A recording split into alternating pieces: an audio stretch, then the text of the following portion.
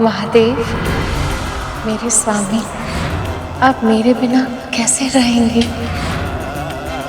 मैं नहीं रहूंगी तो इन पौधों का ध्यान कौन रखेगा? आपके लिए अपने हाथों से भोजन बनाना मेरे लिए किसी साधना से कम नहीं था महादेव। अब कौन करेगा आपकी ये सेवा? आपके इस पूजा स्थल को नित्य मैं अपने हाथों से सजाती थी। अब ये कार्य कौन करेगा महादेव?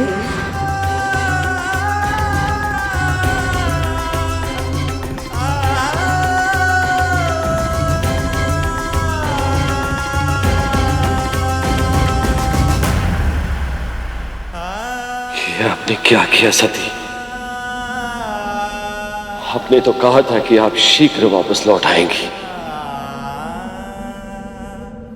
फिर क्यों आप अपने प्रिय शिव के पास नहीं लौटती? क्यों सती, क्यों?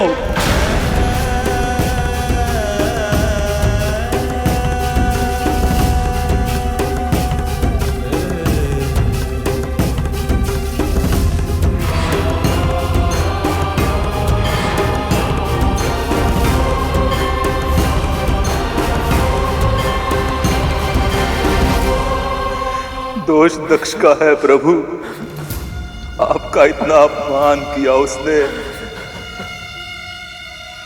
पर मां सह नहीं पाई।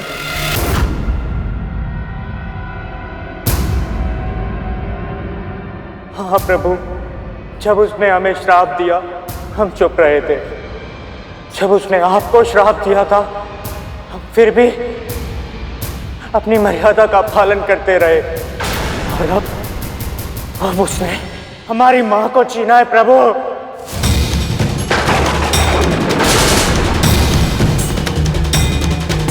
आपके प्रति घृणा ने उसे इतना अंधा बना दिया कि उसने अपनी ही संतान को इतना विवश कर दिया कि वो आत्मदाह करती रही और वो निर्लज्ज बैठा देखता रहा।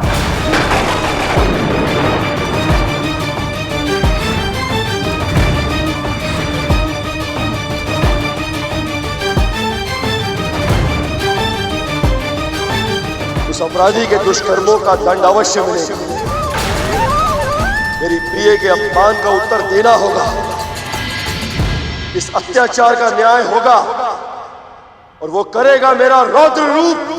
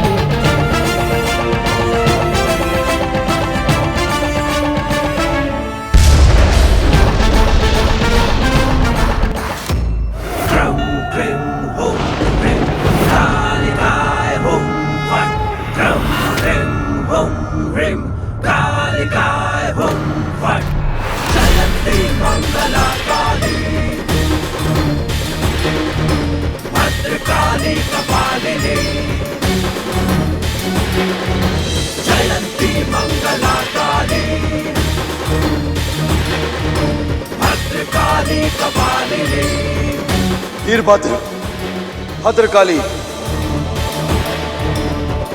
जिसने भी सती के साथ अत्याचार किया है उन सबको ऐसा भीषण दंड दो ये आकाश भी सिहर उठे, धरती कांप जाए और ये ब्रह्मांड डोल उठे और वो अभिमानी संसार के लिए एक उदाहरण बन जाए। जाओ, प्रतिशोध लो।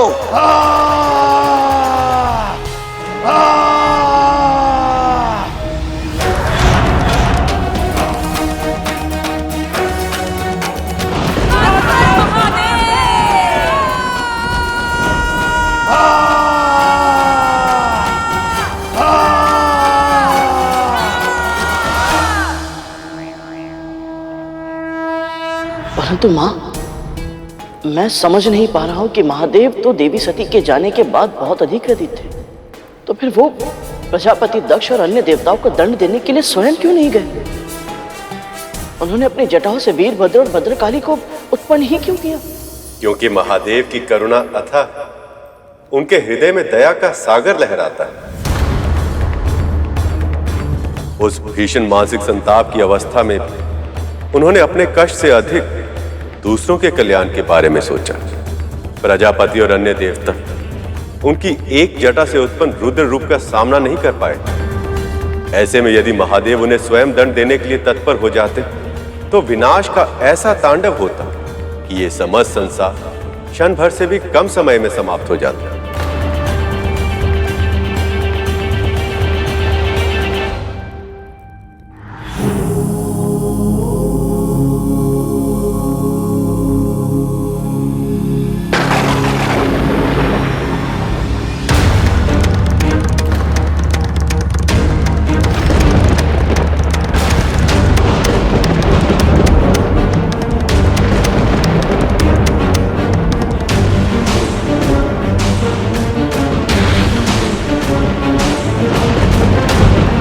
ये तो अब शकुन है, बहुत अशुभ है ये।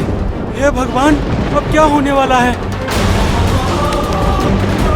महाराज, आप प्रजापति दक्ष हैं। इन अशुभ लक्षणों से, इन अपशक्नों से आपको भयभीत होने की कोई आवश्यकता नहीं है। भृगु ऋषि कैसी बात कर रहे हैं? ये किसी भयानक अनहोनी का आभास है।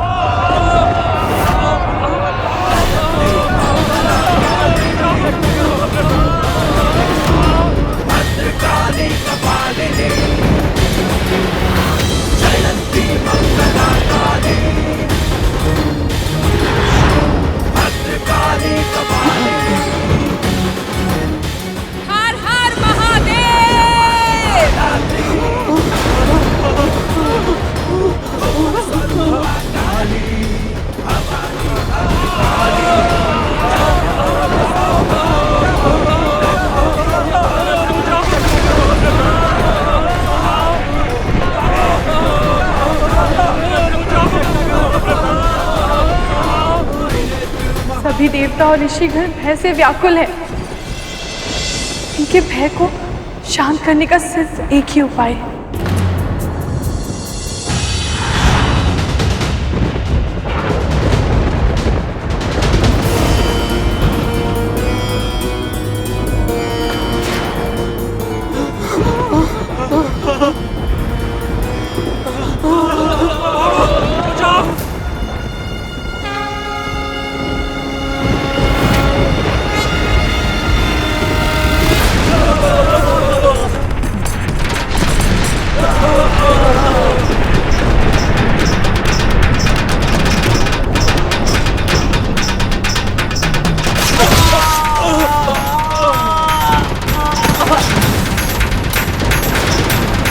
महादेव का ये रुद्र रूप कहीं समस्त सृष्टि का विनाश ना कर दे।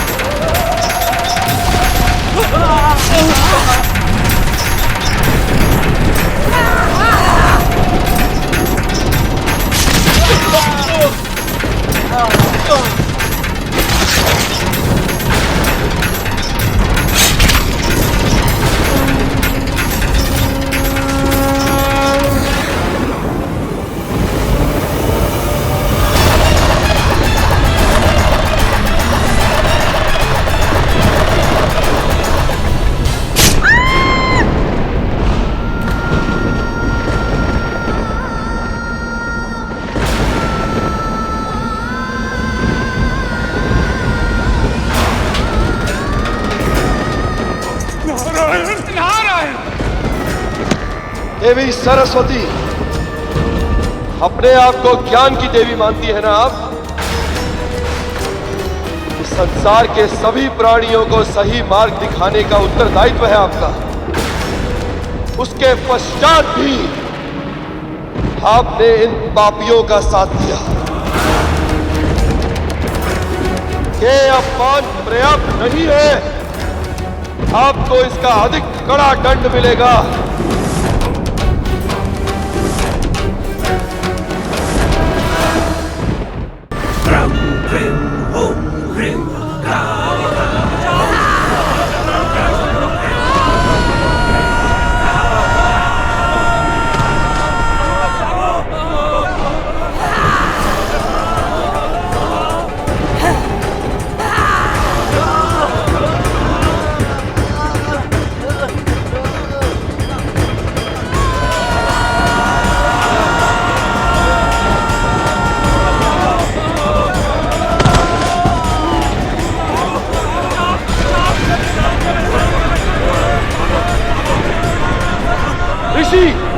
नहीं, तपस्वी, अपने आप को बहुत बड़ा ज्ञानी समझते हो तुम सब, फिर भी तुम सबने इस यज्ञ में भाग लिया।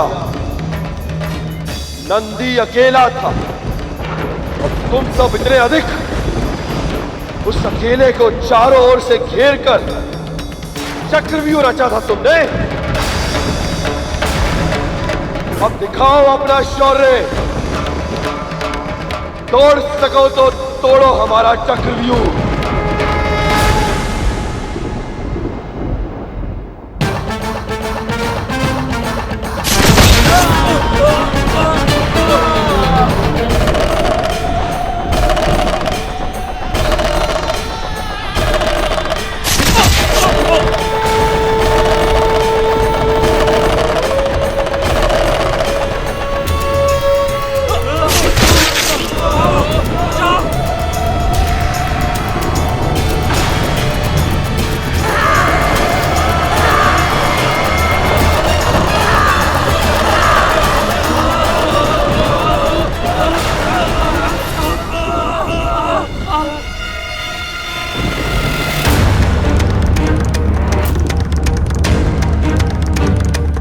ये रक्त की वर्षा,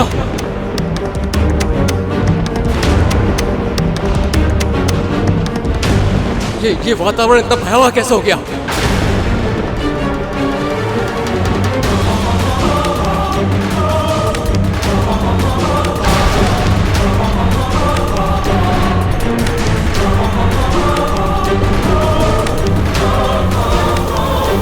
चंद्रदेव, महादेव ने तुझे अपने शीश पर बिठाया था।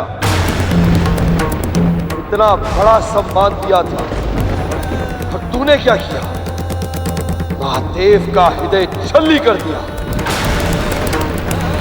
धिक्कार है तुझ पर।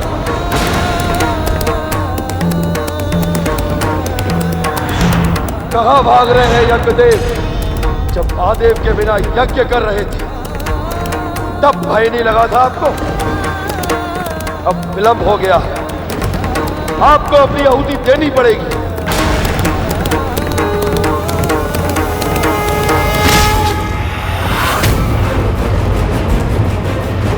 इतने सारे देवता मिलकर भी इन दोनों का सामना नहीं कर पा रहे। हे प्रभु, अब मैं क्या करूं? महर्षि भृगु, पुरोहित का कार्य होता है अपने यजमान को उचित अनुचित का भेद बताना,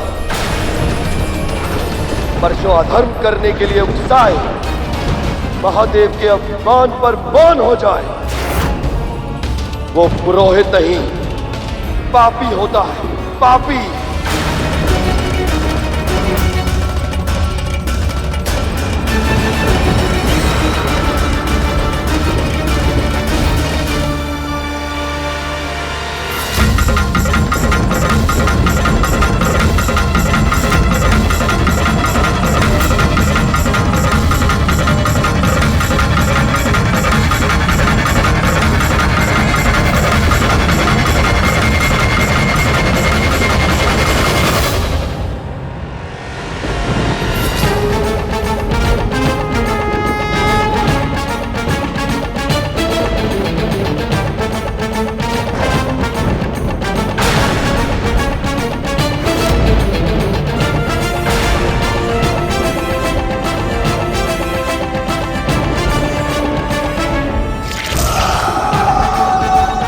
ईश्वर,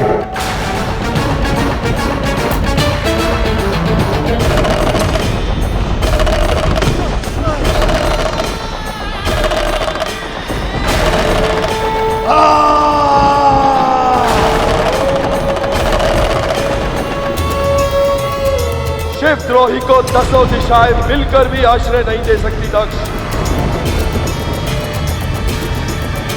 जैसे महादेव शिव ने ब्रह्मदेव का अहंकार तोड़ा था, इस अहंकार से बड़े शीश की भी वही दशा होगी।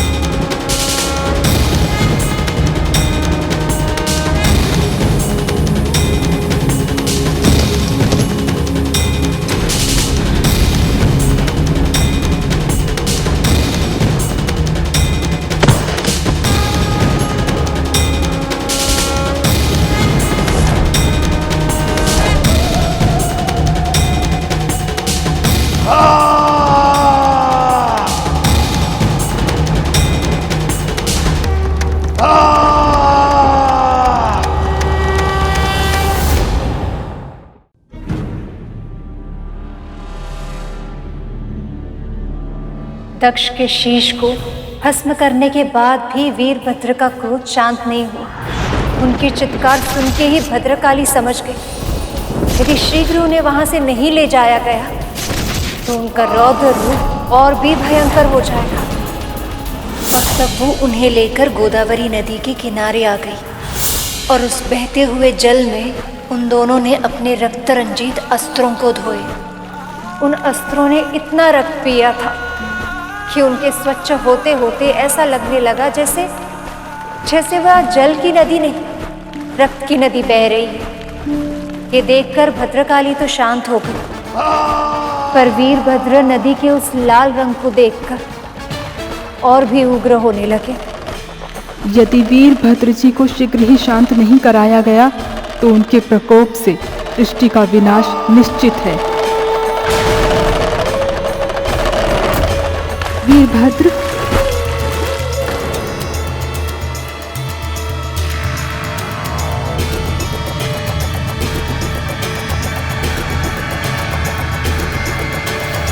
देवी भद्रकाली इतनी शीघ्र इतनी शांत कैसे हो गई? उन्हें शांत देखकर मुझे भी विचित्र शांति का आभास हो रहा है। संसार का सत्य यही है, स्त्री की शक्ति से ही संभव कि जब पुरुष उसका शांत रूप देखता है तो वह अपना सारा क्रोध, अपना सारा मानसिक संताप भूल जाता है। जब पुरुष कार्य समाप्त करके घर लौटता है और स्त्री उसका मुस्कुराकर स्वागत करती है तो उसका चित्त शांत हो जाता है। यदि स्त्री प्रसन्न है तो जीवन की फुलवारी में सुख की सुगंध अपने आप फैलने लगती है। वीरभद्र और भद्रकाली की इच्छा का मान रखते हुए स्वयं ब्रह्मदेव वहां प्रकट हुए और उन्होंने उन दोनों का विवाह संपन्न किया।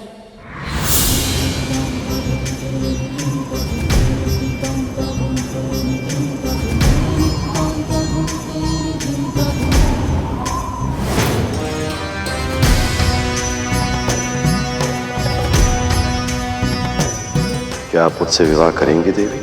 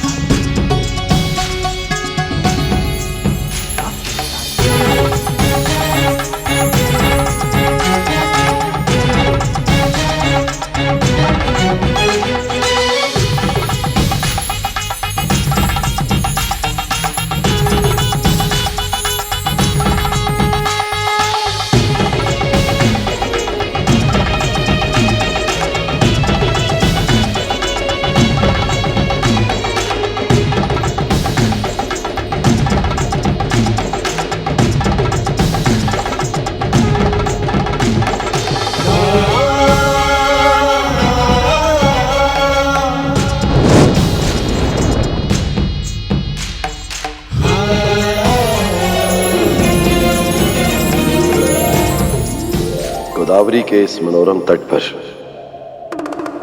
इस द्राक्षरामम नामक स्थान पर जहां मेरे और भद्रकाली के प्रेम ने जन्म लिया है, वहां मेरे मंदिर का निर्माण होगा। जहां कोई भी अविवाहित व्यक्ति आकर मेरे दर्शन करेगा तो उसके मन की हर इच्छा पूर्ण होगी और उसका विवाह भी शीघ्र ही होगा।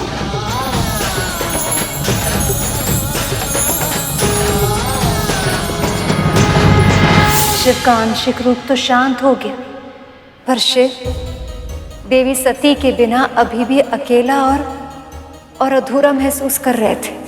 वो अपनी मन की व्यथा से ना तो उभर पा रहे थे और ना ही उसे व्यक्त कर पा रहे थे। कैलाश में व्याप्त उस शांत सन्नाटे में भी इतना कोलाहल होगा, इसकी कल्पना करना भी बहुत कठिन है।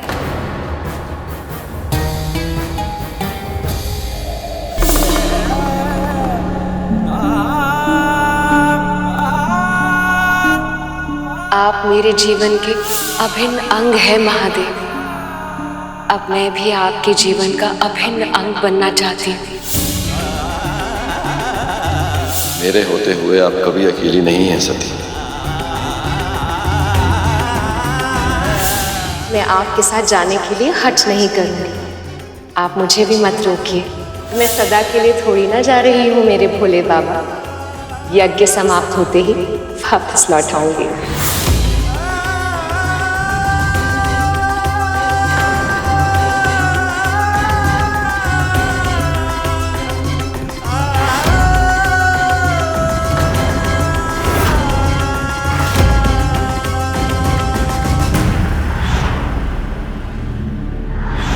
मुझे क्षमा कर दीजिए सखा, मैं उनकी रक्षा नहीं कर पाया।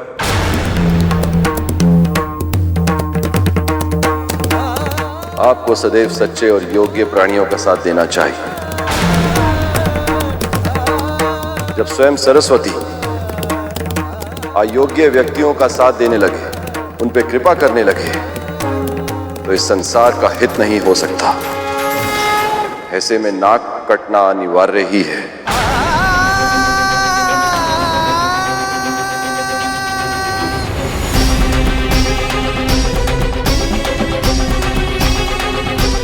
मुझे क्षमा कर दीजिए प्रभु, मुझे क्षमा कर दीजिए।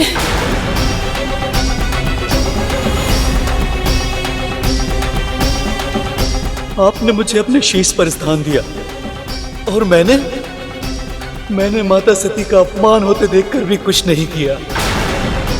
मेरा मौन ही मेरा अपराध है प्रभु, मुझे क्षमा कीजिए।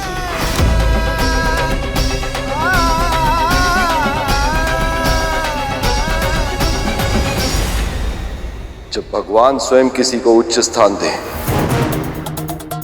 तो उसे उस स्थान की, उस भगवान की और उस उपलब्धि की मर्यादा रखनी चाहिए। जो ऐसे अभूतपूर्व सम्मान के बाद भी मर्यादाहीन आचरण का साथ दे,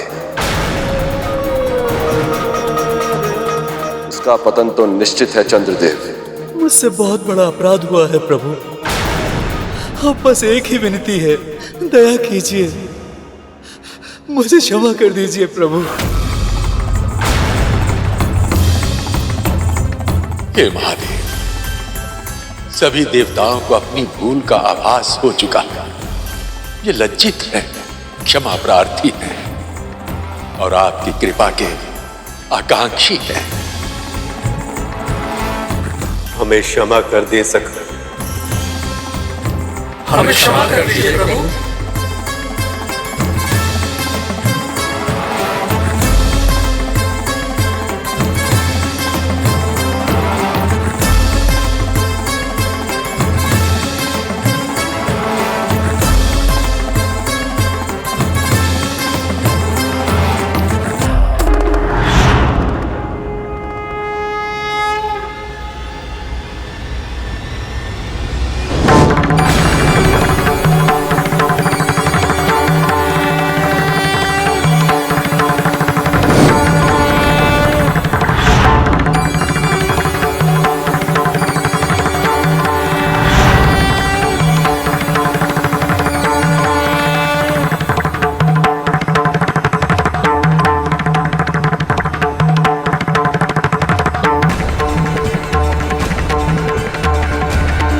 आप कृपा निधान है महादेव, करुणा के सागर हैं आप, आपकी सदा ही जय हो।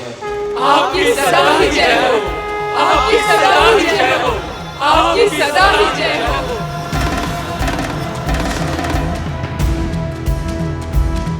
एक विनती और है सखा। दक्ष की मृत्यु के कारण महायज्ञ बीच में ही रुक गया था। संसार पर एक और दया कर और दक्ष को एक बार फिर से जीवित कर दो ताकि यज्ञ पूर्ण हो सके। जब मैंने माता के शव को देखा था, मेरी दशा इतनी बिगड़ गई थी, तो न जाने प्रभु के हृदय में क्या बीतेगी।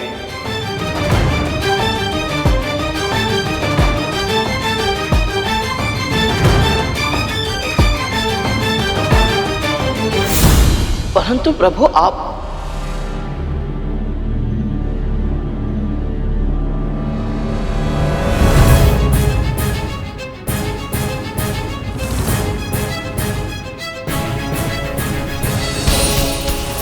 ही बताइए प्रभु, इतना सब कुछ होने के बाद भगवान श्री नारायण महादेव से ऐसी मांग कैसे कर पाए?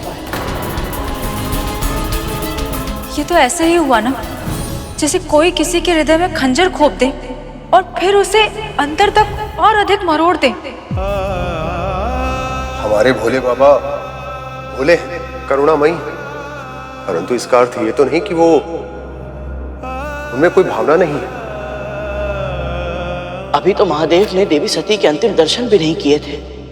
उन्हें पूरी तरह से विश्वास भी नहीं हुआ होगा कि जिन देवी को वो इतना अधिक प्रेम करते हैं, जो उनके अस्तित्व का केंद्र है, वो सदा सदा के लिए उनके जीवन से जा चुकी है। और ऐसे में उनके हत्यारों को फिर से जीवित करने की मांग रखना, ये कहां का न्याय है प्रभु?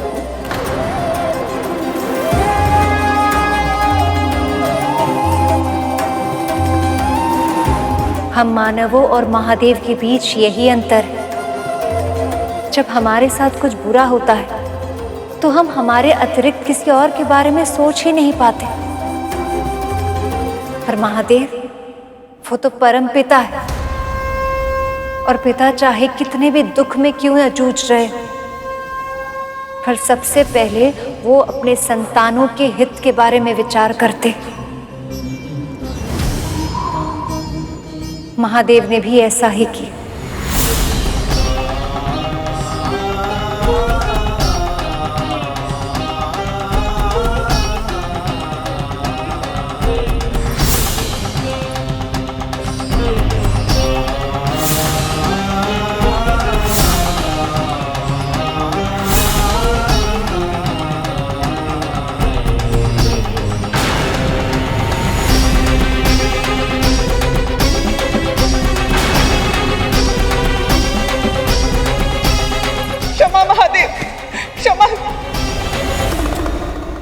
मूढ़मती माँ हूं जो ना तो अपनी पुत्री को पहचान पाई और ना ही अपने दामाद का सम्मान कर पाई।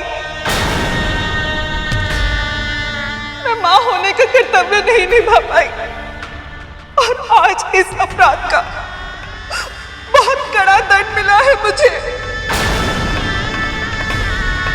और सत्य तो ये है कि इस दंड के योग्य हूं मैं, किंतु हे महादेव, एक पत्नी होने के रूप में मैंने अपने पति की अर्धांगिनी होने का पूरा प्रयास किया है। सच्चे अर्थों में सदैव उनका साथ दिया, अपना कर्तव्य पूरी निष्ठा से निभाया है मैंने। और इसीलिए एक सुहागिन होने के नाते मैंने आज तक जो भी पूजा अर्चना जब व्रत तप किए उनका फल दीजिए मुझे महादेव। मेरे पति को पुनः जीवित कर दीजिए, पुनः जीवित कर दीजिए।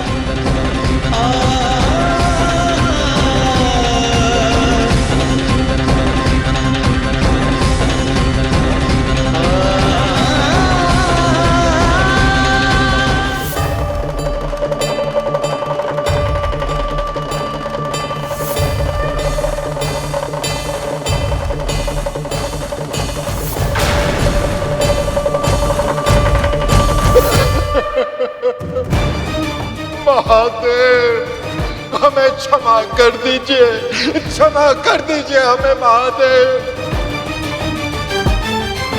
हमसे बहुत बड़ी भूल हो गई महादेव, बहुत बड़ी भूल। मित्र का धर्म होता है अपने मित्रों को सही दिशा की ओर अग्रसर करना, उन्हें सदैव उचित कार्य करने के लिए प्रेरित करना। आप मित्र भी थे और साथ साथ पुरोहित भी, पर आप न केवल अपने यजमान मित्र को सही सुझाव देने में असफल रहे, बल्कि आपने उन्हें अनुचित कार्य करने के लिए प्रोत्साहित भी किया।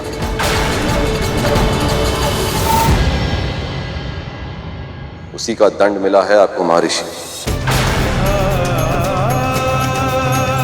ऋषियों की दाढ़ी ज्ञान का प्रतीक होती है।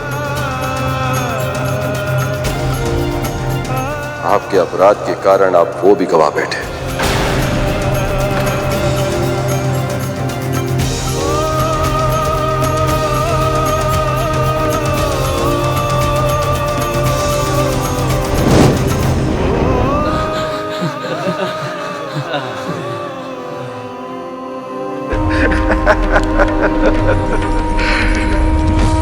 महादेव की जय हो, आपकी सदा ही जय हो। महादेव की जय हो, आपकी सदा ही जय हो। महादेव की जय हो।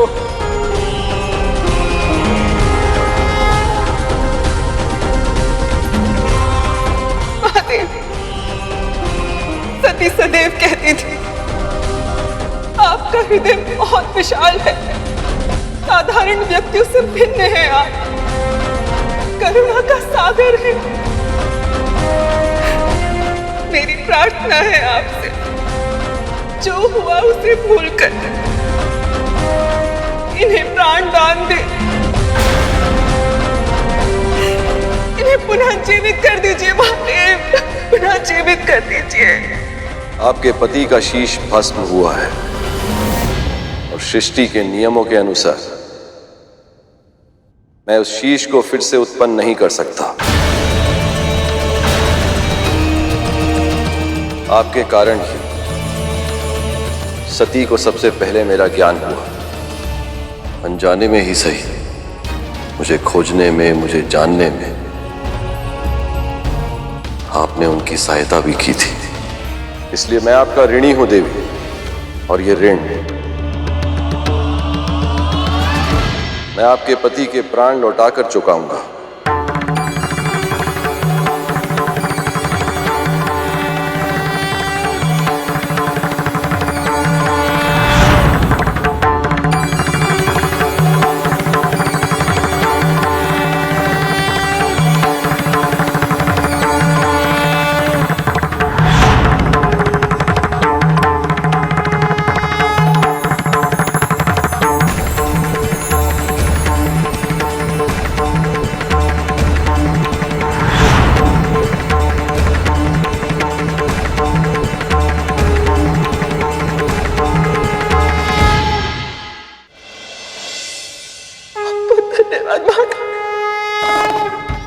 महादेव, प्रणाम स्वीकार करें। मुझ मूर्ख को, मुझ नराधम को क्षमा कर दीजिए प्रभु। आप प्रजापति दक्ष हैं। इस संसार के प्रति आपका योगदान अकल्पनीय है, क्योंकि आपने ही जीवन का आचार संहिता का निर्माण किया है। ध्यान, पूजा, जप, व्रत, इन सभी नियमों का निर्माण करके आपने समाज को नियम और अनुशासन भी सिखाया है। तो सदैव स्मरण रहे प्रजापति, जब अधिक शक्ति होती है तो दायित्व और भी बढ़ जाता है। आपने सदैव पशु जाति को तुच्छ दृष्टि से देखा। आज उन्हीं में से एक ने आपको नवजीवन का दान दिया है। इसी कारण आपको क्षमा उसी से मांगनी चाहिए जिसका आपने सदैव अपमान किया है।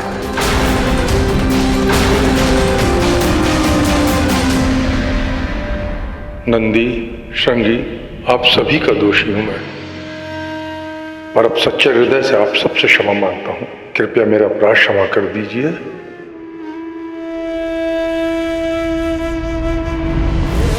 महादेव अभी शांत अवश्य हुए, किंतु जब वह देवी सती का शव देखेंगे तब उनकी क्या प्रतिक्रिया होगी, ये कोई नहीं बता सकता।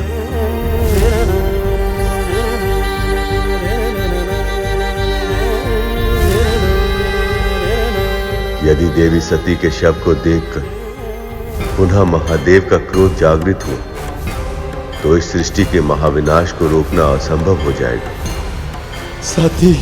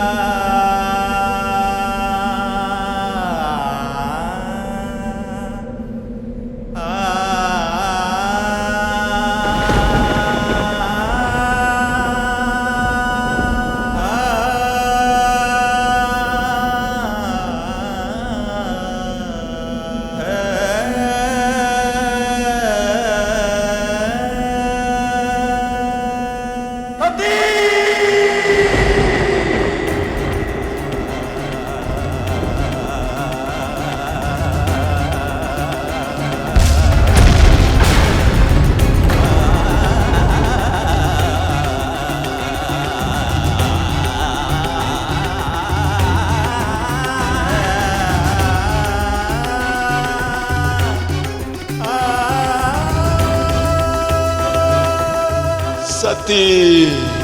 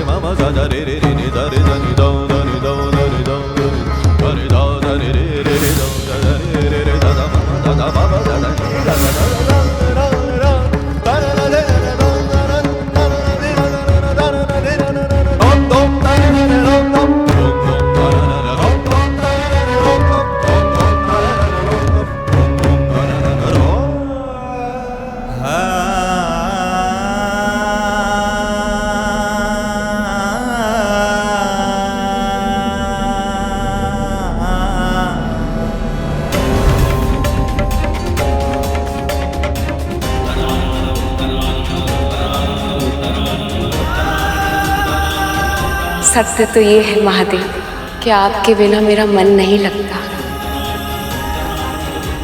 भूख, प्यास, निद्रा, ये सारी आवश्यकताएं मुझे व्यर्थ लगती हैं। महादेव, देवी सती के शव को लिए कहाँ जा रहे हैं? ना जाने अब क्या नया संकट आएगा इस सृष्टि पर। आप मेरे जीवन के अभिन्न अंग है महादेव। अब मैं भी आपके जीवन का अभिन्न अंग बनना चाहती हूँ।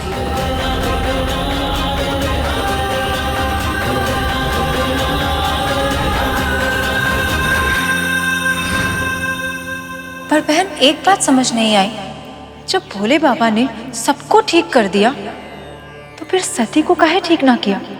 क्योंकि देवी सती ने घोषणा की थी कि वो दाक्षायणी रूप में जीवित नहीं रहना चाहती थी। बिना आमंत्रण के अपने पिता के घर आने का हट करके जो उन्होंने अपराध किया था, उसके लिए उन्होंने अपने लिए यही दंड चुना था। ऐसे में महादेव को उनकी इच्छा का सम्मान तो करना ही था।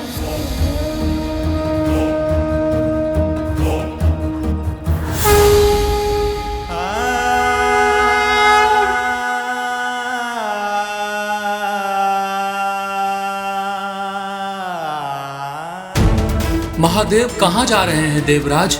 इस प्रश्न का उत्तर न तो मेरे पास है, न ब्रह्मदेव के पास, न प्रभु विष्णु के पास, और न ही स्वयं इनके पास। मुझे भय हो रहा है कि इस समय काल भी इस आशंका से घबराया हुआ है कि कहाँ जा रहे हैं वो और अब क्या करेंगे महादेव।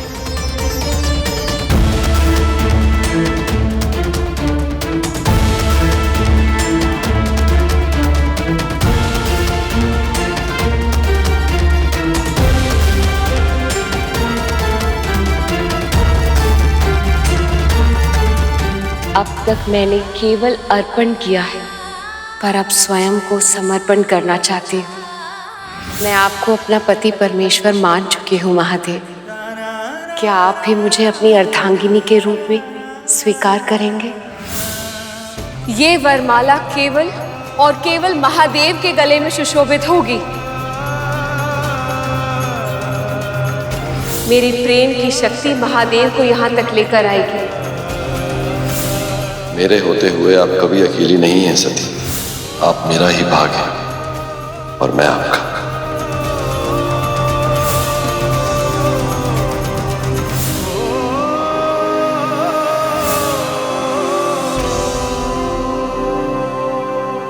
मुझे क्षमा कर दीजिए प्रिय।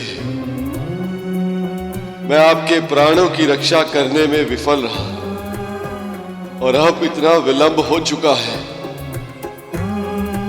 कि मैं चाहकर भी कुछ नहीं कर सकता। प्रिय, शिव हूं मैं, आज केवल शव समान हूं। ये कैसी विवशता है कि आज मैं अपने प्रिया को जीवन भी नहीं दे सकता, समय का चक्र नहीं लौटा सकता, आपको उस यज्ञ में जाने से नहीं रोक सकता। मैं क्या करूं प्रिय, मैं क्या करूं?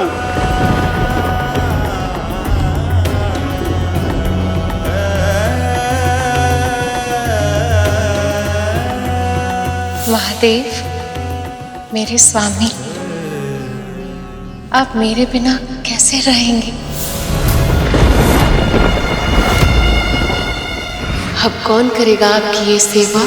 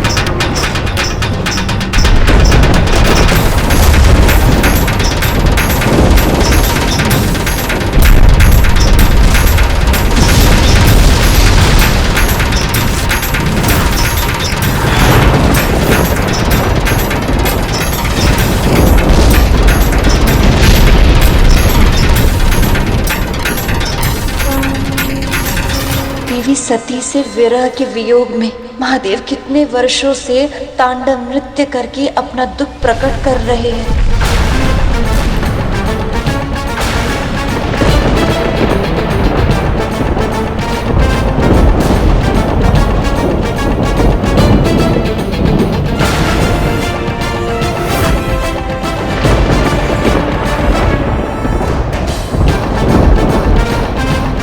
यदि महादेव ने अपना तांडव शीघ्र ही नहीं रोका तो घोर अनर्थ हो जाएगा।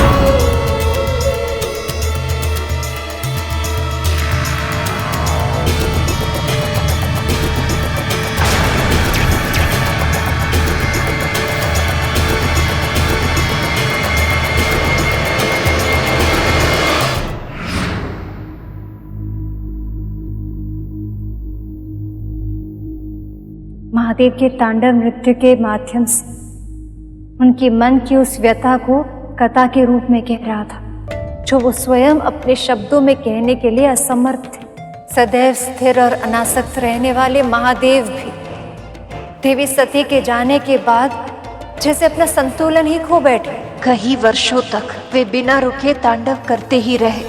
विनाश की ताल पर अब संहार का नर्तन करने में, स्वयं को रोकने में सक्षम नहीं थे। परंतु भोलेनाथ के तांडव से तो सारी सृष्टि नष्ट हो जाती है। ऐसे में तो उनका रुकना बहुत आवश्यक था। हाँ माँ, कैसे रुके वो? कैसे समाप्त हुआ शिव जी का तांडव? ब्रह्मदेव, श्री नारायण, अब आप ही कुछ कर सकते हैं। कुछ कीजिए, कोई भी उपाय कीजिए, पर महादेव को मृत्यु और विनाश का ये महाभयानक नृत्य करने से रोक लीजिए प्रभु। महादेव तो सदैव मोह माया से परे रहते, किंतु इस समय वह भी देवी सती के मृत देह से मोह लगाए बैठे। दुख की अधिकता से माया में उलझ गए हैं। वह ये भूल गए हैं कि शरीर तो नश्वर, देवी सती तो पहले से ही उनमें विलीन हो चुकी। तो फिर उन्हें ये स्मृति दिलानी होगी। पर नारायण, शक्ति के बिना शिव को रोक पाना संभव कैसे होगा?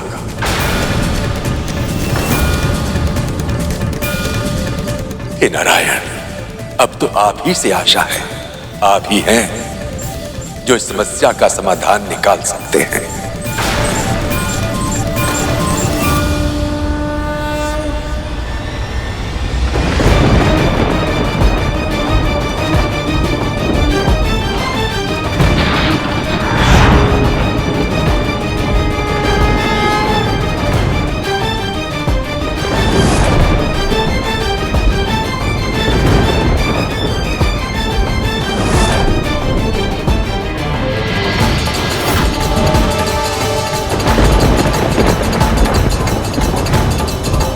अपने आप को इतना कष्ट मत दीजिए सखा।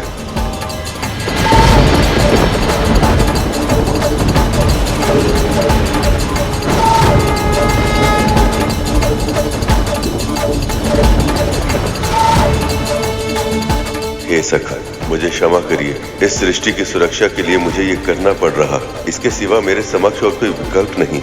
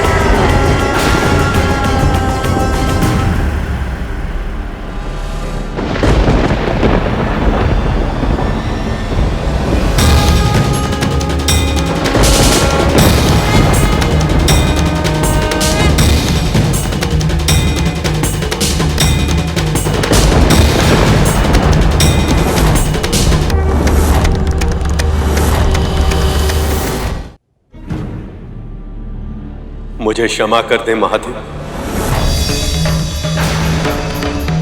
आपके तांडव के कारण संसार का विनाश हो रहा था, इसलिए प्राणी मात्र की रक्षा के लिए मुझे इतने कठोर निर्णय का आश्रय लेना पड़ा। देवी सती के देह के विभाजित खंड जहां जहां गिरे, वो सभी स्थान आज से शक्तिपीठ के नाम से जाने जाएंगे।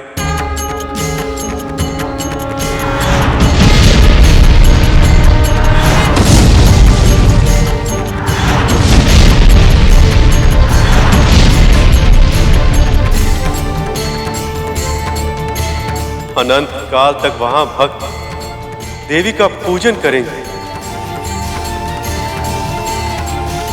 उनका स्मरण, उनका ध्यान, उनकी सेवा करेंगे। इन सभी 51 शक्ति पीठों में जब भी कोई भक्त पूरी श्रद्धा से देवी की आराधना करेगा तो उसका कल्याण अवश्य होगा। आदि शक्ति देवी सती स्वयं उसे आशीर्वाद देंगी।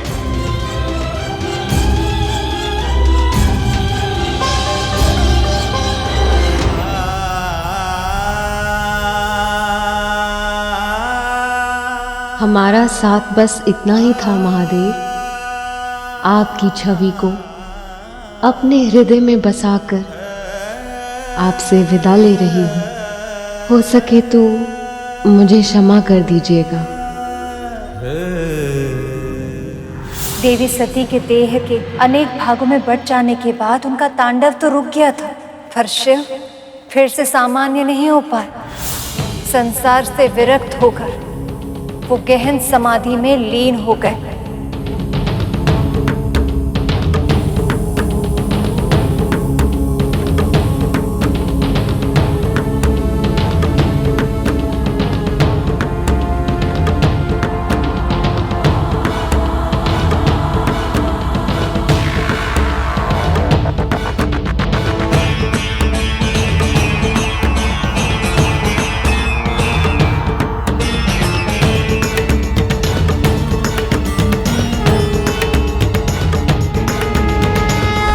शिव का इस तरह विरक्त होना संसार के लिए अच्छा नहीं था, क्योंकि शिव और शक्ति का संतुलन ही सृष्टि को संतुलन देता है।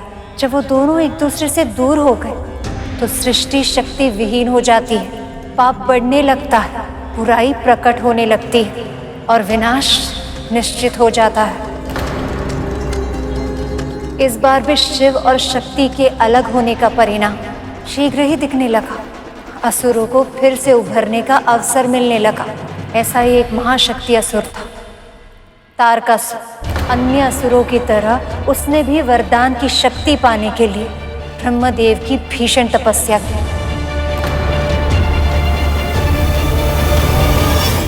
ओम वेदात्मने विद्महे हिरण्यगर्भाय धीमहि तन्नो ब्रह्मा प्रचोदयात्।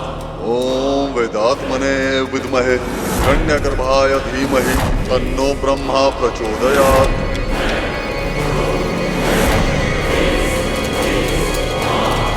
ओम वेदात्मने विद्महे हिरण्यगर्भाय धीमहि तन्नो ब्रह्मा प्रचोदयात्। तुम्हारी तपस्या पूर्ण हुई तारकासुर।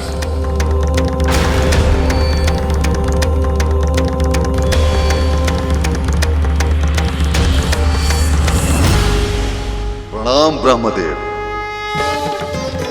कल्याण हो। बोलो, क्या वरदान चाहिए? बस एक ही वरदान की इच्छा है ब्रह्मदेव, कि मैं अनंत काल तक इस देह का उपभोग कर पाऊं, अजर अमर हो जाऊं।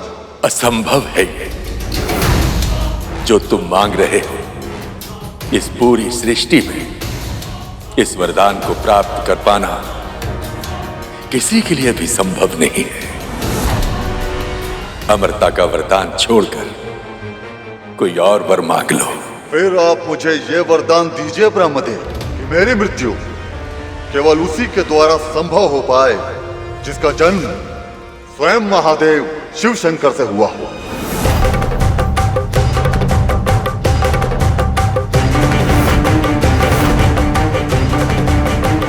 तथास्तु। अर्थात जो मेरी कामना थी वो पूर्ण हो ही गई।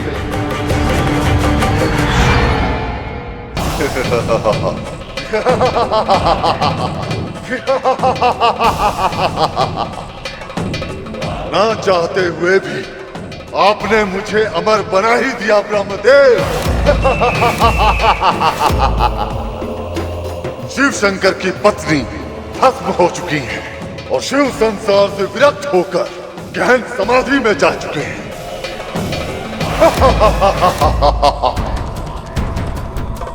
ऐसे में उनके पुत्र का जन्म होगा भी तो कैसे?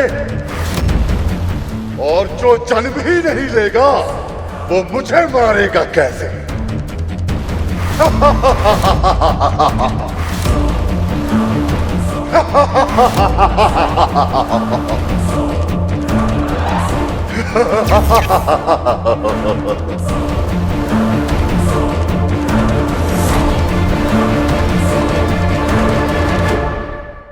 पर बहन, ब्रह्मा जी ने तारकासुर को ऐसा वरदान ही काहे दिया?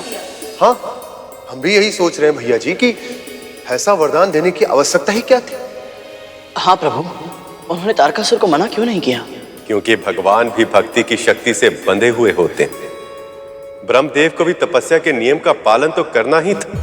तारकासुर की भक्ति से विवश होकर उसे वरदान तो उन्हें देना ही था, पर जब भगवान किसी को ऐसा वरदान देते तो भले ही कुछ समय के लिए उसका प्रभाव नकारात्मक क्यों ना हो, पर अंत में वही वरदान संसार के कल्याण का कारण बन जाता है।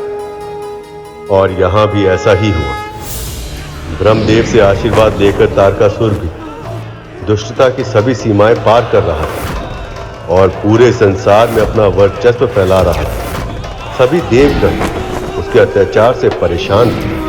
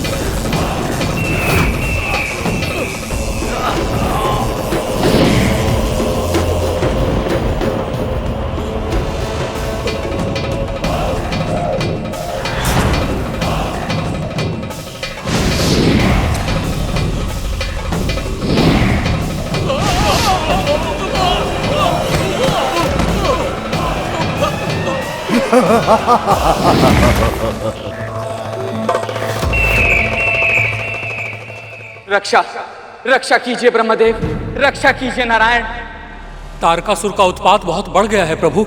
हमने बहुत प्रयास किया परंतु हम सब मिलकर भी उसे रोकने में विफल रहे। असुर राज तारकासुर की, महाबली तारकासुर की, असुर राज तारकासुर की, महाबली तारकासुर की। हमें स्वर्ग से निष्कासित करके उस तारकासुर ने स्वर्ग के सिंहासन पर अपना अधिकार कर लिया है प्रभु।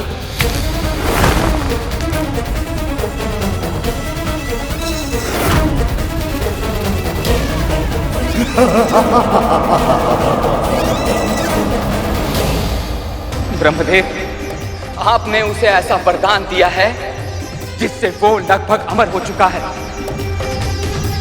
और अब हम देवता भी उससे युद्ध करने में असमर्थ हो चुके हैं। धैर्य रखिए देवराज, आप असमर्थ हो सकते हैं किंतु काल नहीं। काल कभी भी किसी से भी पराजित नहीं होता। वो तारकासुर अवश्य ही उस सर्वशक्तिमान के समक्ष अवश्य हारेगा। उचित समय आने पर महादेव शिव शंकर का पुत्र जन्म लेगा।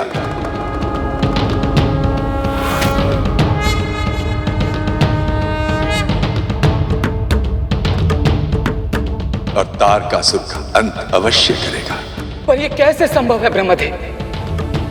देवी सती महादेव में लीन हो चुकी हैं और महादेव समाधि में हैं।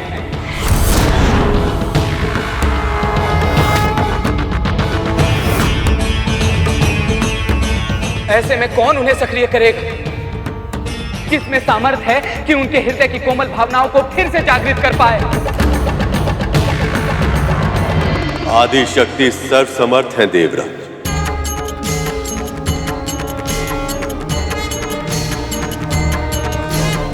वह एक बार फिर से जन्म लेंगे, एक बार फिर से शिव और शक्ति का मिलन होगा।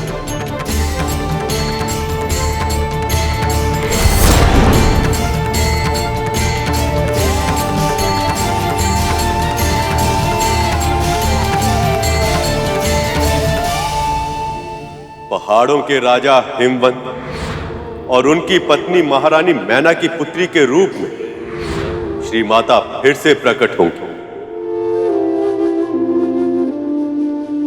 उचित अवस्था प्राप्त करने पर वह महादेव से विवाह करेंगे।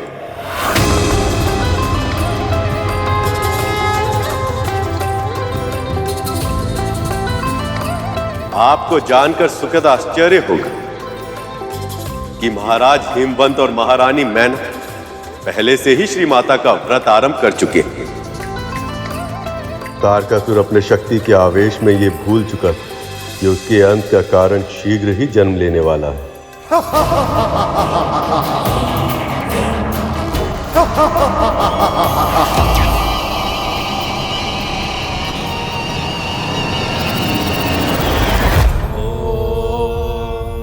श्री मात्रे नमः। ओम श्री मात्रे नमः। ओम श्री मात्रे नमः। ओम श्री मात्रे नमः। महारानी मैना और महाराज हिमवंत दोनों आदि शक्ति की पूजा करते थे। हर माह के दोनों अष्टमी का व्रत रखते थे और नवमी में सुहागन स्त्री की पूजा करके उन्हें सुहाग और श्रृंगार की वस्तुएं दान करते थे।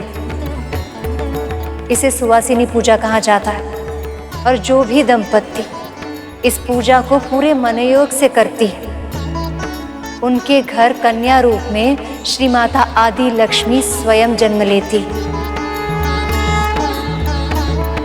एक और दोनों महाराज और महारानी ये महान व्रत पूरे विधि विधान के साथ कर रहे थे, पर उसी समय दूसरी ओर तारकासुर का आतंक बढ़ता जा रहा था।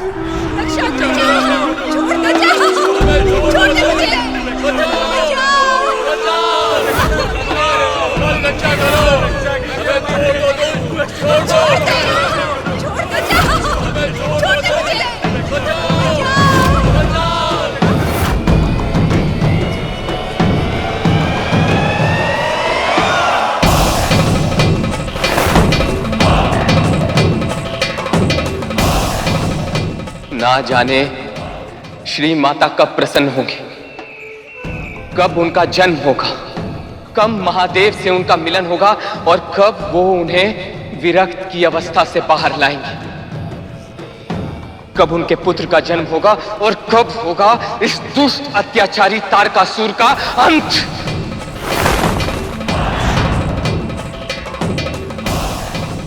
ओम श्री मात्रे नमः। ओम श्री मात्रे नमः। ओम श्री मात्रे नमः। ओम श्री मात्रे नमः।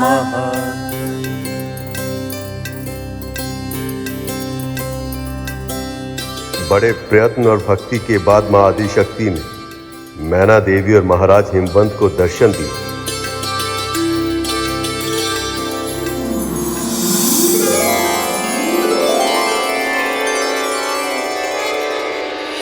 नमो नमो पराशक्ति मां, नमो नमो महाशक्ति मां। श्री माता आदि शक्ति। नमो नमो महाशक्ति मां। मैं आपके व्रत और भक्ति से प्रसन्न हूँ। कहिए, क्या वर पाना चाहते हैं आप? श्री माता, हमें संतान की इच्छा है, पर मैं आपसे 4 विनती करना चाहती हूँ। मेरी पहली विनती ये है कि मुझे ऐसी पुत्री चाहिए जिसमें तीनों लोकों के संचालन की शक्ति हो। मेरी दूसरी विनती ये है कि मेरी पुत्री त्रिशक्तियों में सर्वोपरि हो। अपनी तीसरी विनती के रूप में श्री माता, मैं चाहती हूँ कि मेरी पुत्री ही महादेव शिव शंकर की पत्नी बने।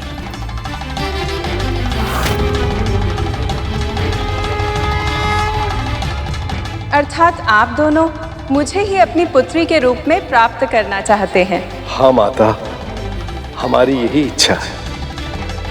और चौथी विनती वो क्या है देवी? श्री माता, हम चाहते हैं कि हमारी पुत्री के जन्म से पहले हमारे 100 पुत्र जन्म ले।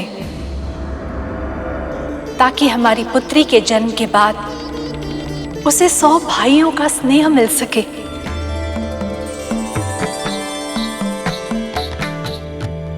यदि मैं आपको 100 पुत्रों के गुणों के बराबर एक पुत्र प्रदान करूं, ताकि शीघ्र ही आपके घर में पुत्री के रूप में जन्म ले सकूं, तो क्या आपको स्वीकार होगा? ये तो हमारा सौभाग्य होगा माता। मेरे भाई का नाम मैनाक होगा। जब भविष्य में हनुमान लंका जाने के लिए समुद्र लांघेंगे, तो मैनाक पर ही कुछ क्षण के लिए विश्राम करेंगे। मैनाक के बाद मेरा जन्म होगा और मेरे जन्म के बाद आपको 99 पुत्रों की प्राप्ति होगी। सभी अश्वान होंगे और 10 दिशाओं में आपके वंश की कीर्ति का प्रसार करेंगे।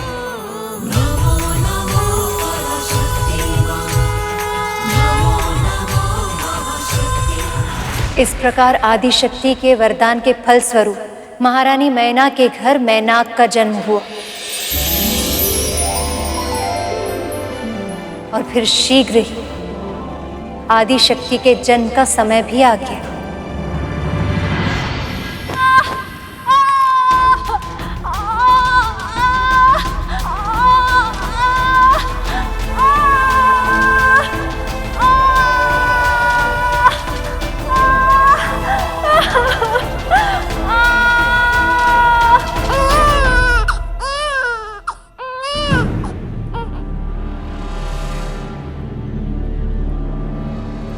बधाई हो महाराज, पुत्री ने जन्म लिया है।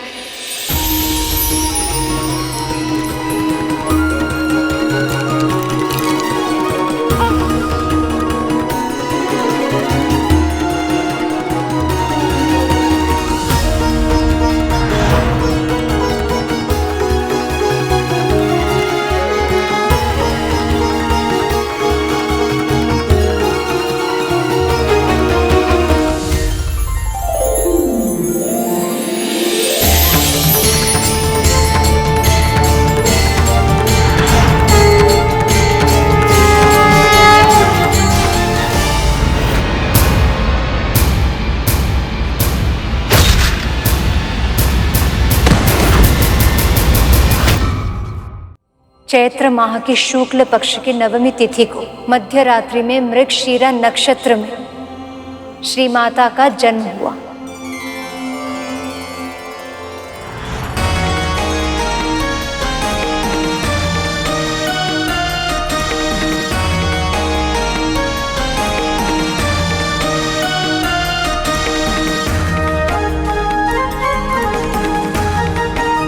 प्रणाम श्री माता।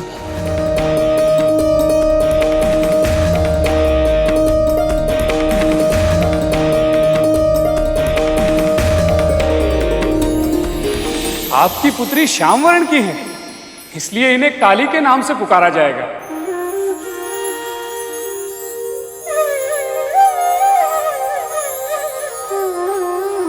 पर्वत की पुत्री होने के कारण इन्हें पार्वती, शैलजा और शैलपुत्री के नाम से भी पुकारा जाएगा।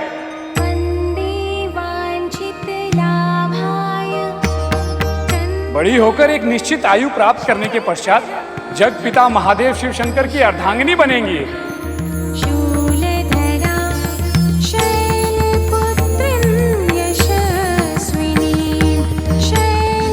नारायण नारायण।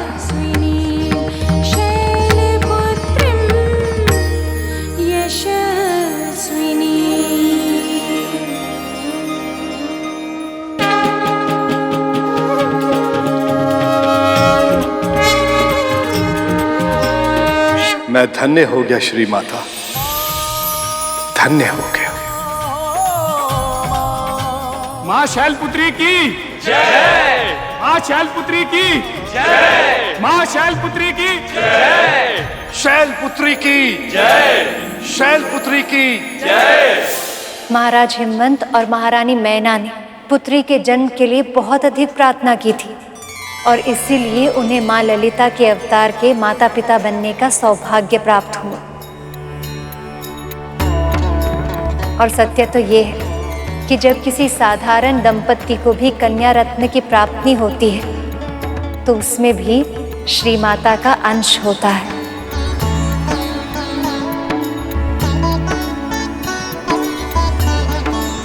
इसीलिए हर कन्या के माता पिता को स्वयं को सौभाग्यशाली समझना चाहिए। अपने भीतर छिपी दिव्यता के कारण इस संसार की हर कन्या पूजनीय होती है।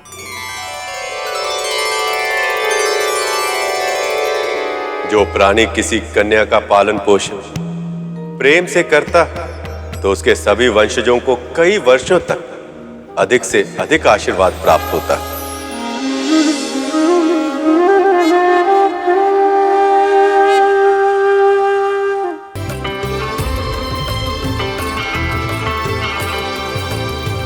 हे मां शैलपुत्री, दर्शन दीजिए।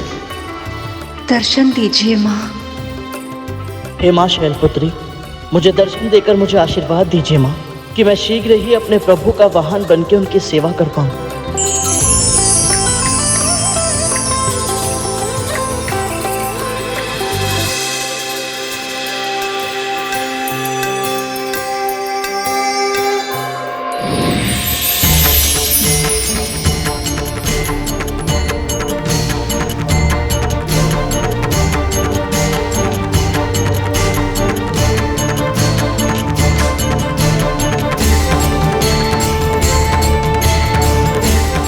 आप सबकी पूजा और भक्ति से प्रसन्न हूँ। सुपर्ण, तुमने मेरे इस व्रत का पालन किया। निसंदेह तुम्हारा ये लक्ष्य पवित्र है, पर तुम इसमें सफल होकर अपनी नियति को प्राप्त कर पाओगे या नहीं, ये तुम्हारी इच्छा शक्ति पर निर्भर करेगा। किसी भी कार्य को आरंभ करना सरल होता है पुत्र, परंतु उसे निरंतर करते रह पाना कठिन। यदि तुम अगले 9 दिनों तक सभी 9 देवियों की पूजा का संकल्प पूरा कर पाए तो अपना लक्ष्य अवश्य प्राप्त कर पाओगे। ये मेरा आशीर्वाद है।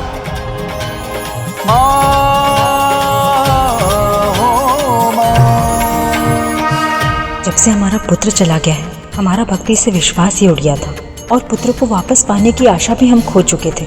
पर आपकी भक्ति के साथ साथ वो आशा भी पुनः जाग गई है और हमें पूरा विश्वास है कि आप हमारे पुत्र को भी शीघ्र ही हमारे पास लौटा देंगे।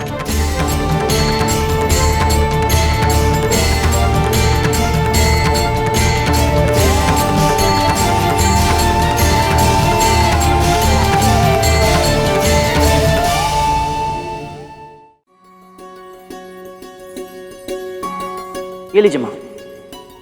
बस गरुड़, अब और किसी वस्तु की आवश्यकता नहीं।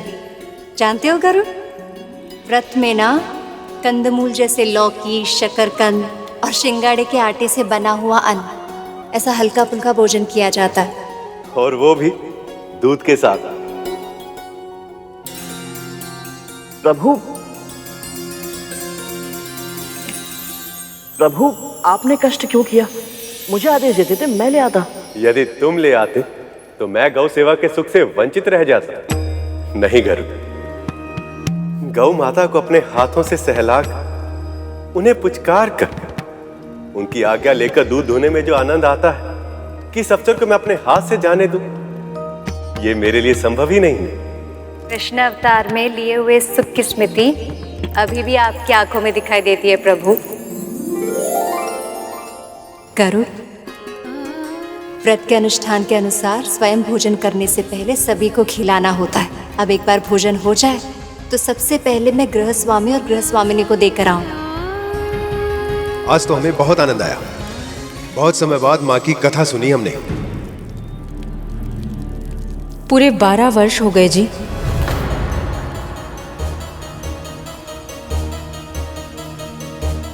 हम जानते हैं हर नवरात्रि में आपके मन की पीड़ा फिर से उभर कर आ जाती है, परंतु धीरे धीरे इस पीड़ा को मिटाना होगा। कैसे भूल जाए उसे जिसे 9 महीने अपने कोख में रखा है, जिसका पालन पोषण न केवल अपने दूध से बल्कि अपने रक्त से किया है, अपने प्राणों से अधिक जिसे प्रेम किया है, उसे कैसे भूल जाए जी। आप बतलाइए, क्या आप भूल सकते हैं वो दिन जिस दिन आपके हृदय का अंश आपको और हमें छोड़कर न जाने कहां चला गया? बतलाइए ना, करिएगा ऐसा।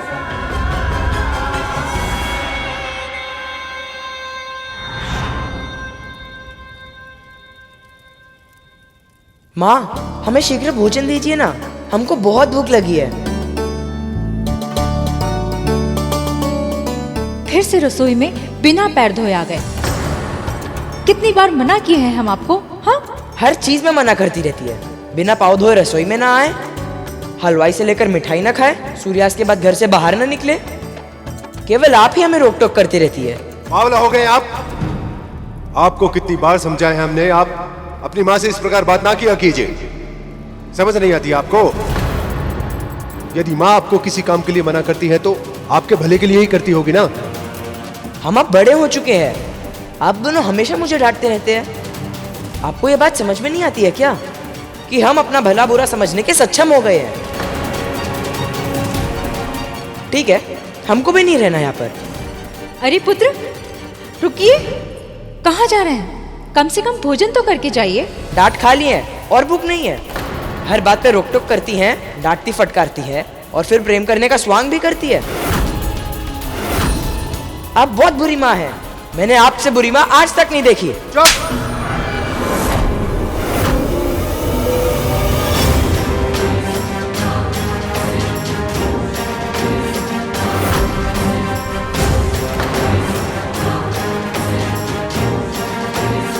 अरे रहने दीजिए। क्रोध शांत होगा तो लौट आएंगे, ना तो कहां जाएंगे इतने बड़े संसार में।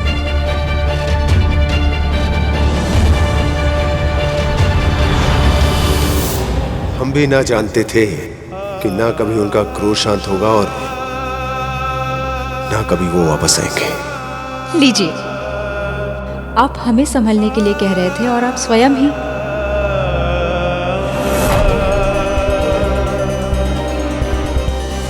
पुत्र के जाने के दुख में इन दोनों ने उत्सव मनाना ही छोड़ दिए थे, इसलिए हम यहाँ आए हैं भक्ति पर इनका विश्वास वापस लाने। कभी कभी भक्त की आस्था वापस लाने के लिए भगवान को भी किसी न किसी रूप में आकर प्रयत्न करना पड़ता है। सुनिए बहन जी,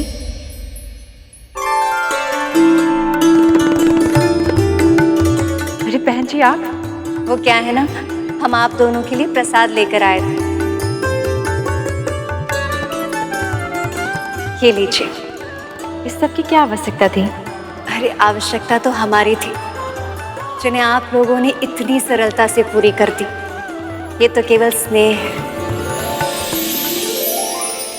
अब आप इतने स्नेह से लाई हैं तो मैं इसे ले लेती हूँ। आप लोग इसे चख के देख लीजिए ना कि भोजन ठीक बना या नहीं, नमक अधिक है या कम है। वो क्या है ना, इन्हें परोसने से पहले मैं भोजन सुधार लूंगी। जी, आप भीतर आइए।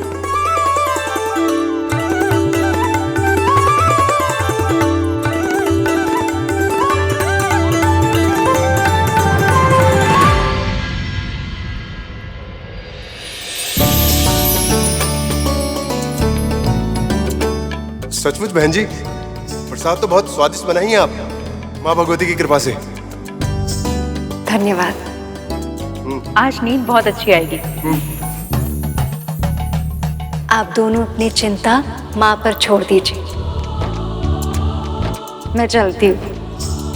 जय माँ भगवती। जय माँ भगवती। जय माँ भगवती।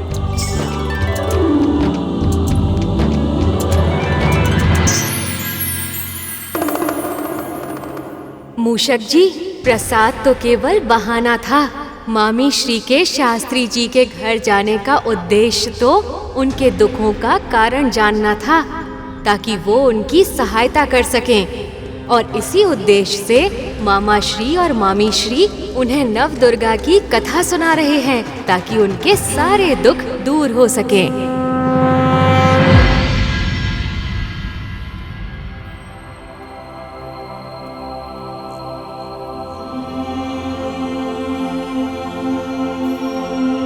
मैं तो अपनी माँ से एक पल के लिए भी क्रोधित नहीं रह पाता। वो कैसा पुत्र होगा जो 12 वर्षों तक क्रोधित है? किसी की परिस्थितियां जाने बिना उसके बारे में अपना विचार बना ले या उनके व्यवहार पर अपना निर्णय दे दे, ये उचित नहीं है गरु। और यदि किसी व्यक्ति से भूल हो जाए और उस भूल को सुधार ले तो उसे भूला नहीं कहते।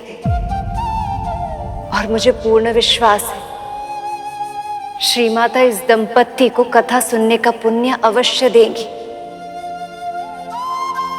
इन दोनों को अपने पुत्र से अवश्य मिलाएंगी ये।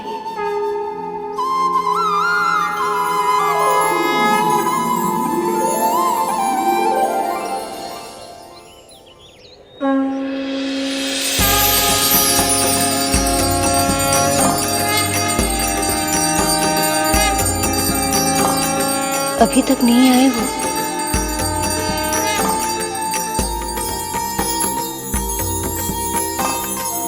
अरे आ गए आप लोग। कल आप कथा ही इतनी सुंदर सुनाए थे बहन जी कि आज हम दोनों अपने आप को रोक ही नहीं पाए। तो चलिए फिर बिना विलंब किए नवरात्रि के दूसरे दिन माँ शैलपुत्री के रूप की कथा सुनते हैं।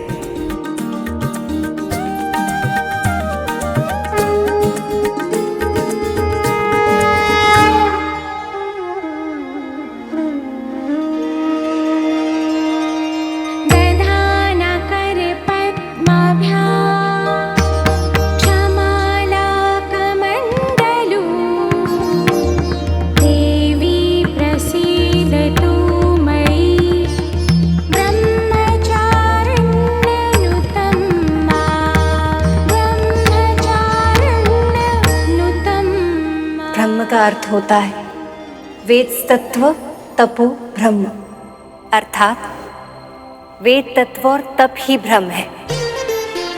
और चारिणी का अर्थ होता है चारण, अर्थात आचरण करने वाली।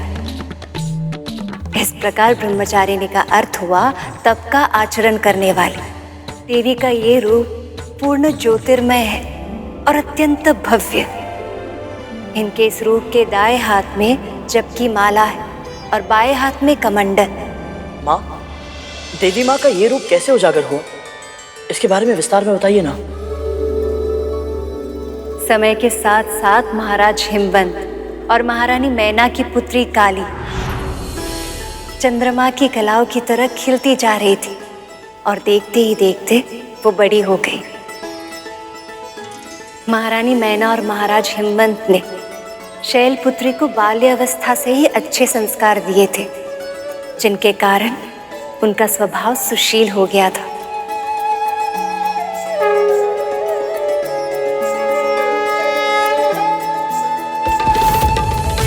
महारानी मैना ने छोटे अवस्था से ही उन्हें तरह तरह के व्रत और अनुष्ठान करना सिखाया था, ताकि शैलपुत्री को वो पति की प्राप्ति हो जिनके लिए उनका जन्म हुआ था।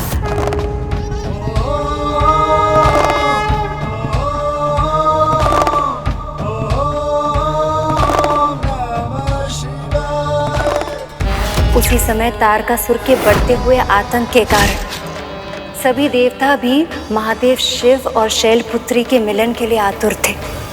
और दूसरी ओर शैलपुत्री का संसार उसके महल के भीतर ही सीमित था और इन्हीं के कारण देवता भी चिंतित थे। आपसे क्या छुपा है देवर्षि, आप हम देवताओं की सारी स्थिति अच्छी तरह जानते हैं।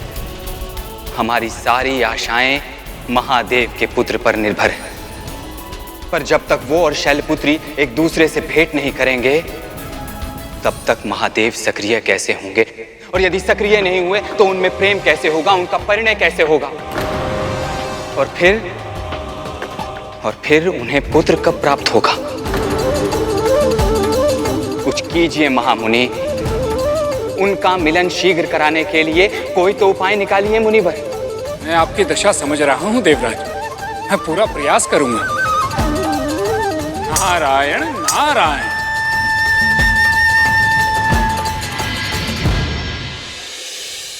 नारायण नारायण।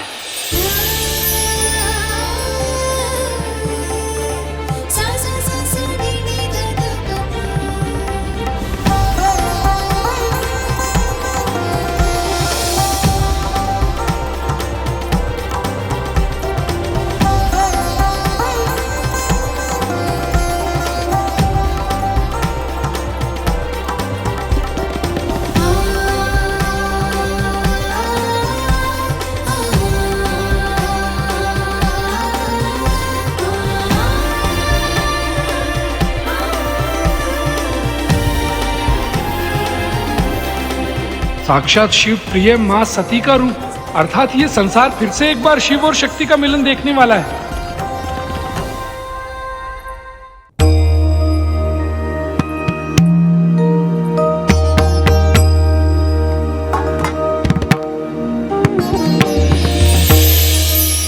आज्ञा दीजिए मुनिवर, आपके चरण प्रखार कर मैं आपका स्वागत करना चाहती हूँ।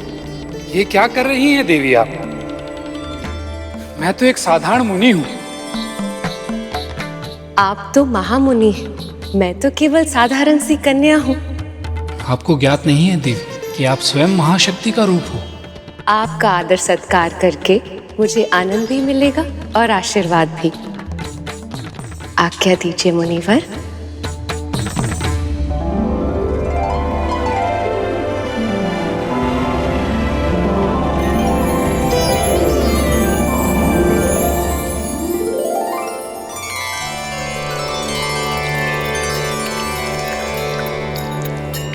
आपका ये सेवा भाव देखकर मैं धन्य हो गया।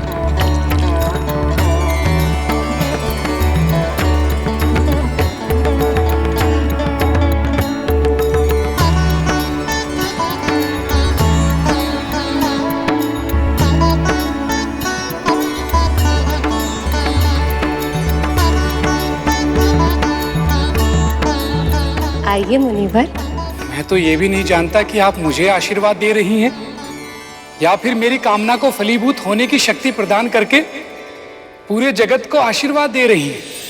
परंतु मेरी कामना है आपका विवाह उन्हीं के साथ हो जिन्हें पति रूप में प्राप्त करने की इच्छा समय आपके हृदय में सहज रूप से प्रकट करे,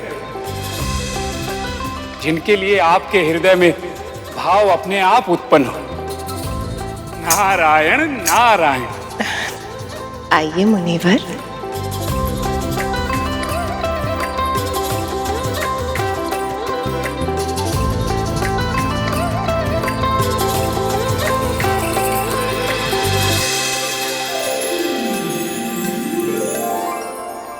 मैं पर्वतों का राजा हूं। दूर दूर से ऋषि मुनि मेरे पर्वतों पर आकर तपस्या करते हैं। उनके आतिथ्य और उनकी सुरक्षा का दायित्व मुझ पर है, किंतु फिर भी तारकासुर के आतंक से मैं उनकी रक्षा करने में असमर्थ हूं, और यही मेरे हृदय में दुख का सबसे बड़ा कारण है।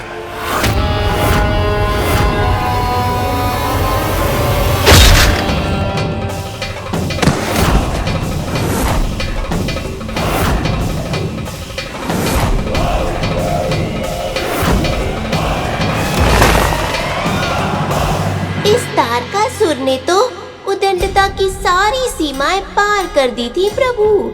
हर पापी की तरह तारकासुर भी अपने पाप का घड़ा भर रहा था, किंतु नियति ने उसके पतन की योजना पूर्व में ही निर्धारित कर ली थी। मैं जानता हूँ आपके सामर्थ्य में जो भी होगा उन ऋषि मुनियों पर होने वाले अत्याचार को रोकने के लिए वो सब आप अवश्य करेंगे, और मुझे इस बात पर पूर्ण विश्वास है। परंतु आज मैं इस बात पर विचार करने नहीं आया हूँ। श्री नारायण की कृपा से मेरे मन में शैलपुत्री के विवाह को लेकर विचार आया है। यदि आपकी आज्ञा हो तो आप मुनिवर हैं, देव ऋषि हैं। मुझसे कुछ कहने के लिए आपको संकोच करने की आवश्यकता नहीं। आपके ही राज्य में इस महल के निकट एक गुफा है और उस गुफा में एक दिव्य योगी समाधि लिए बैठे हैं। यदि आप अपनी पुत्री को उनकी सेवा में समर्पित करें तो उसका कल्याण अवश्य होगा। नारायण नारायण।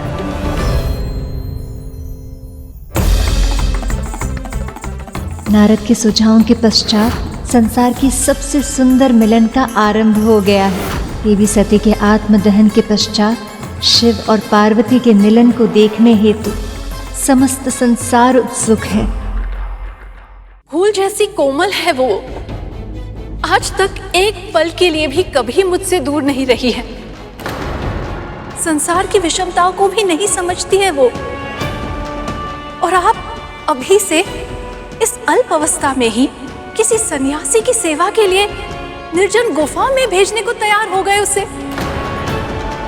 मेरे हृदय का अभिन्न अंग है वो, किंतु ये बताने में भी आप असमर्थ है कि पार्वती को कब तक उन सन्यासी की सेवा करती रहनी पड़ेगी। अगर इस बीच हमारी पार्वती से कोई भूल हो गई तो? नहीं होगी। हमने अपनी पुत्री को उचित संस्कार दिए हैं महारानी। मुझे अपनी शिक्षा और आपके पालन पोषण पर पूर्ण विश्वास है। जीवन में योग्य बनने के लिए हमारी पार्वती को ऐसी परीक्षाओं का सामना करना ही चाहिए। हम माँ बाप कब तक उसके साथ रहेंगे? हमेशा तो साथ नहीं रह सकते ना। हमें उसे योग्य बनाना है, आत्मनिर्भर बनाना है, उसके अंदर आत्मविश्वास जागृत करना है। और फिर महारानी, कभी कभी कठिन उद्देश्य की प्राप्ति के लिए कठोर निर्णय लेने ही पड़ते हैं। पर महाराज, उसका विवाह? अगर देव ऋषि नारद ने ये निर्णय लिया है तो अवश्य ही उसका कल्याण होगा। और फिर अग्नि में तपकर ही स्वर्ण कंचन बनता है।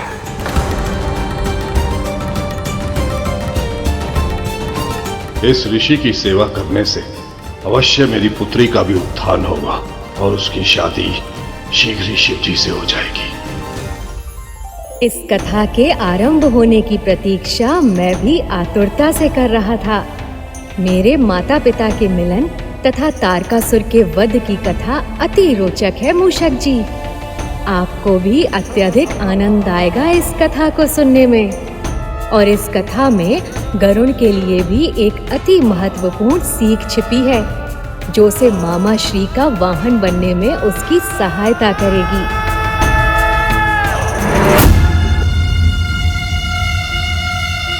Ha ha ha ha ha ha ha!